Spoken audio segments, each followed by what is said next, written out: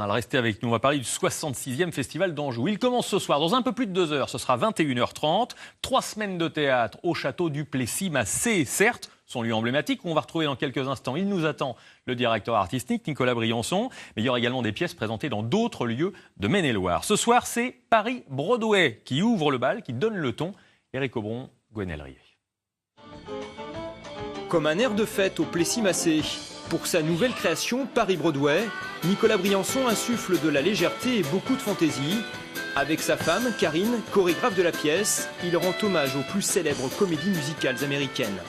L'idée, c'est de faire des évocations de certaines comédies musicales les plus connues et les plus intéressantes, mais après on les réadapte dans une autre histoire, donc les tableaux choisis ont été un peu revisités en fait.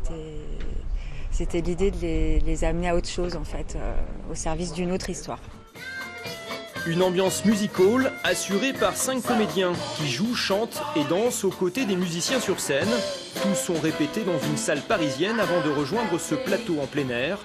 À quelques heures de la première, la troupe a réglé une dernière fois en public l'enchaînement de ces tableaux.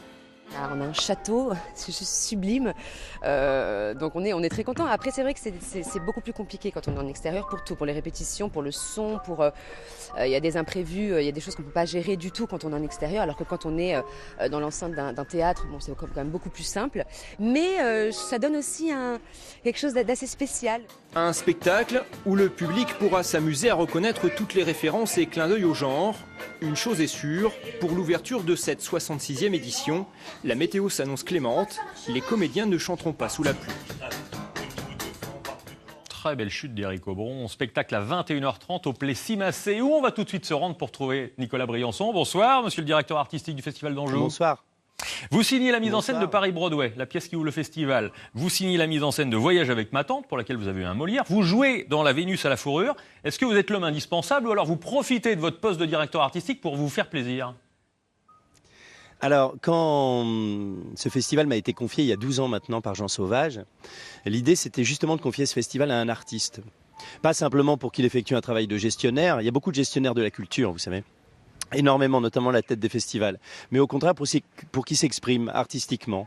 Et sans doute la force de ce festival, c'est qu'il a toujours été dirigé par un artiste. Marcel Héran à la création, Albert Camus, bien d'autres, Jean-Claude Brialy beaucoup plus récemment ou Francis Perrin.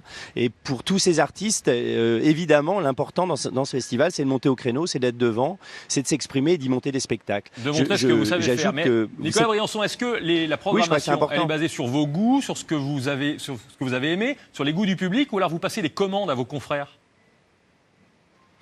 C'est les trois à la fois. J'ai des coups de cœur que j'essaye de faire aimer au public. Je pense aussi à ce public-là et parfois je programme en fonction de lui, en imaginant ce qu'il aimerait voir dans ce que j'ai pu voir moi à Paris dans l'année. Et puis parfois je demande à un metteur en scène ou à des artistes de penser à un projet pour le festival. C'est cette multiplicité de possibles qui rend le festival aussi attrayant. Le Molière que vous avez reçu dernièrement, justement, pour Voyage avec ma tante, la mise en scène, ça vous conforte dans vos choix et dans votre travail ? Un Molière, vous savez, recevoir un Molière, ça ne veut pas dire qu'on est le meilleur, ça ne veut pas dire qu'on a gagné le 100 mètres. Le 100 mètres, c'est très clair, on le court, il y a un premier qui passe la ligne, il est le premier. Le Molière, c'est beaucoup plus aléatoire. Quand certaines années, on a eu en meilleurs acteurs Pierre Arditi, Fabrice Lucchini, François Berléand, bon... Qui décide de qui est le meilleur ? Il n'y en a pas un qui est meilleur que l'autre. C'est juste un signe, à un moment donné, que la profession vous fait pour vous dire, voilà, on a salué ton travail cette année, tu as peut-être pas trop démérité, donc on te fait un petit signe, bravo, et à la prochaine. Maintenant, une fois que vous avez reçu le Molière, qui fait extrêmement plaisir, j'ai pas du tout boudé mon plaisir pour ça. Ça a été une vraie joie, parce que j'ai pensé à ma famille, j'ai pensé à mes parents, j'ai pensé à ma mère, à mes enfants, voilà, qui suivent ce métier que je fais depuis des années et à qui ça fait peut-être encore plus plaisir qu'à moi. Mais le lendemain, le Molière, il faut le ranger sur une étagère, il faut passer à autre chose, il faut recréer un spectacle, replonger dans les doutes qu'on a toujours quand on fait un spectacle, se reposer des questions, se réinterroger le théâtre, essayer de penser aussi au public et de faire ce théâtre là pour le public. Voilà. Je crois beaucoup à la notion de service public en ce qui concerne le théâtre, de théâtre public. Et ne pas oublier que dans théâtre public, il y a théâtre et il y a aussi public. Voilà. Merci beaucoup, Nicolas Briançon. 21h30 ce soir, Paris-Broadway, et donc jusqu'au 27 juin, le Festival d'Anjou, 66e édition. Merci à vous. Merci à présent, on